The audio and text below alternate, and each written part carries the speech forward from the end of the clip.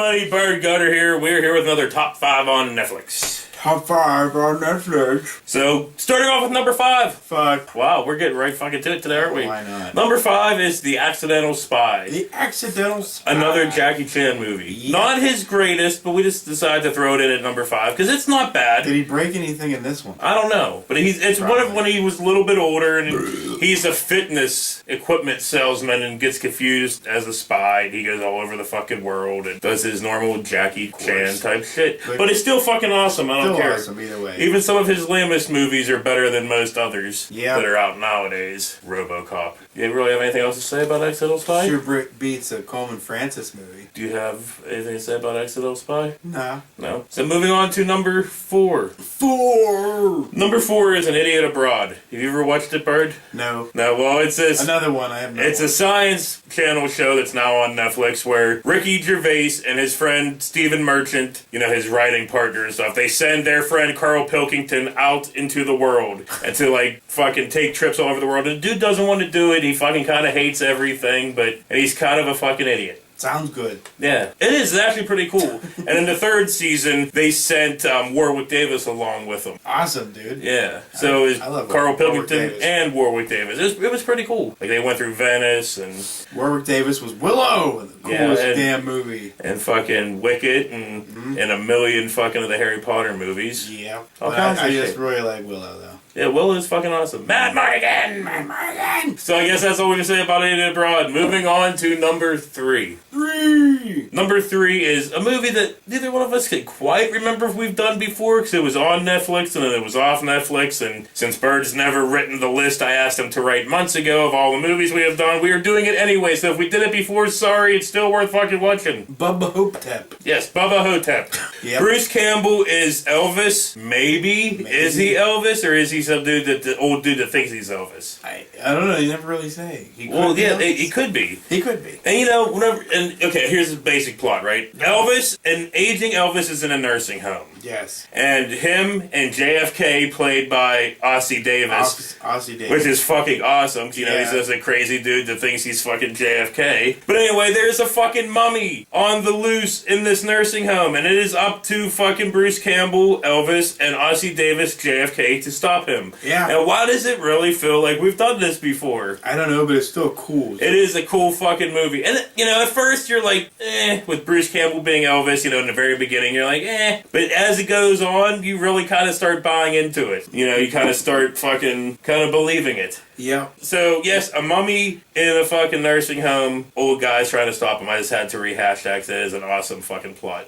Awesome movie. And I really do hope that Bubba Nosferatu comes out. That'd be I cool. hope they actually fucking do that. I hope they do another Evil Dead movie with Bruce. Because I've said it a million times before, they can do it if they do an older Ash storyline, like they did in one of the video games. I can't remember which one it was, but he was in a insane asylum for like fucking 20 years, and then he comes I played out. that one. So on that note, moving on to number 2. Number 2. Number 2 is a comedy fucking classic. Comedy fucking classic. It is Airplane. Ooh, Airplane.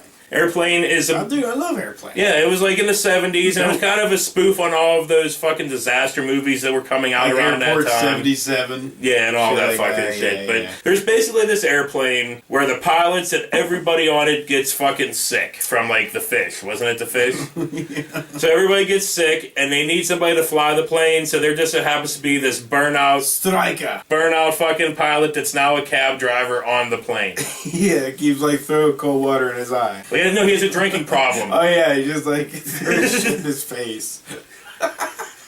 Dude, everything about this movie is killer. Fucking Leslie knows it. My favorite Nielsen fucking kills word. Him and Robert Stack. Don't call me Because Shirley. Robert Stack was in that, right? Yeah. Yeah, but and Don't Call Me Shirley. Yeah, don't call me Shirley. Shirley, He you're just keeps serious. coming in the room and he's like, I just want to tell you both good luck. When they're like, Wasn't they're that a shaking the Zucker shit out of movie? the nun and beating the piss out of her, you know? Wasn't that a Zucker movie? I don't Like before they started doing all those crap fucking scary movies and But everything give else. credit where credit's due. They did do Police Squad, which was awesome. Oh, yeah. Police Squad was was fucking hilarious, dude. The Airplane was great. I think it was like the first time that Leslie Nielsen got to actually do comedy. Wasn't that it? I think it was close, yeah. Yeah. 'Cause he was a serious ass actor before that. Yeah, but hell, he was the captain of the ship in Poseidon and shit. Yeah. And people watch that and are like, "That's not Leslie Nielsen." I know. You're like, "Yeah, you don't know him as old and crazy."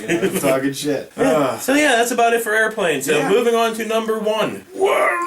Number one is one of my all-time favorite movies. I grew up with this fucking movie. It is MASH. MASH, awesome, dude. Because suicide is painless. Yeah. It brings on many changes.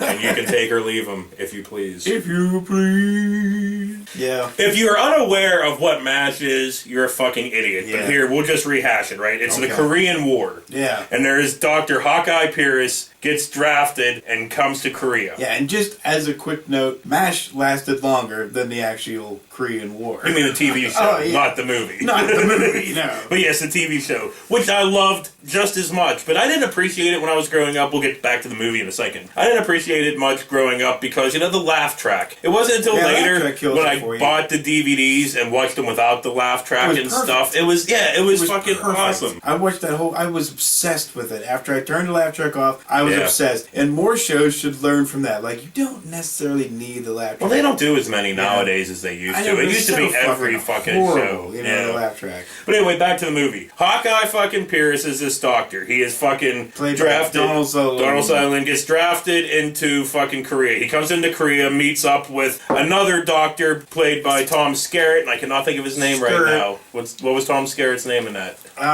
Oh shit. Yeah. I fucking forget. Okay, well, whatever. And then they go to the MASH 4077 Mobile Army Surgical Hospital. Yeah, so then they meet up with fucking Trapper John, played by Elliot Gould, and fucking Frank Burns, played by Robert Duvall, and Hot Lips Houlihan, played by Shelley Kellerman? Collarman. I don't remember what her name was. Kirkman. But whatever. But they meet up with them, It's just hilarity no, it's not really hilarity, but it's funny in the Korean War. It was directed by Robert Altman. And the only person to actually move on from the movie to the TV show was fucking Radar. Yeah. And you know what's something I did not know? Watching this movie and that show all of my life until our friend Boo pointed it out years ago, I never noticed Radar's weird hand. Oh, you didn't notice his hand? No, not for years and years and years, and then when Boo brought up, I was like, really? And then that's all I could see. Well, that's why he always had the clipboard. Yeah, he had a clipboard, or he put it in his pocket, he was holding something all the time. But yeah, I mean, if you weren't paying attention, you wouldn't have noticed it. Yeah, I didn't know for fucking years. Well, yeah, dude, Michael J. Fox had fucking, that's a little had tremors and stuff for a while. That's a little less fucking obvious than a fucking odd-shaped hand. Yeah, well, yeah. What was he like to do from, like, Scary Movie? Total Recall. Take my hand! I got 10 kids to feed. It wasn't that bad. I know. Benny. Screw you, Benny! And on that note, for Bird Gunner, we'll see you next week. Quaid, start the reactor. Need more fucking energy than that. Come on, get your mojo rising, Bird. Mr. Mojo rising. Now can we start since you took your glasses off, Sling Blade? Yeah. Unit. It's not Moosh. Or Boosh. Boosh. But anyway...